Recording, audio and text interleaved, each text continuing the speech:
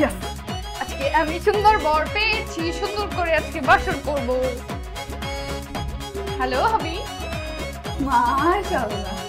শোনো একটা কথা বলি, তুমি তো জানোই আজকে আমাদের বাসর রাত।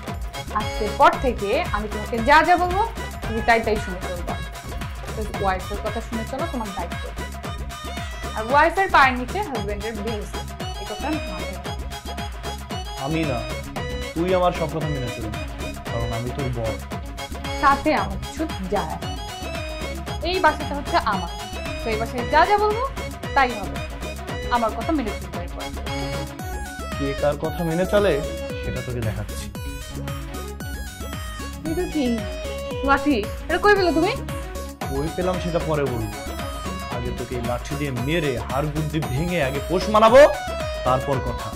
তুমি কি আমার সাথে মজা করতেছো বা এমন কিছু? এই পালাচ্ছিস কোথায়? দাঁড়া।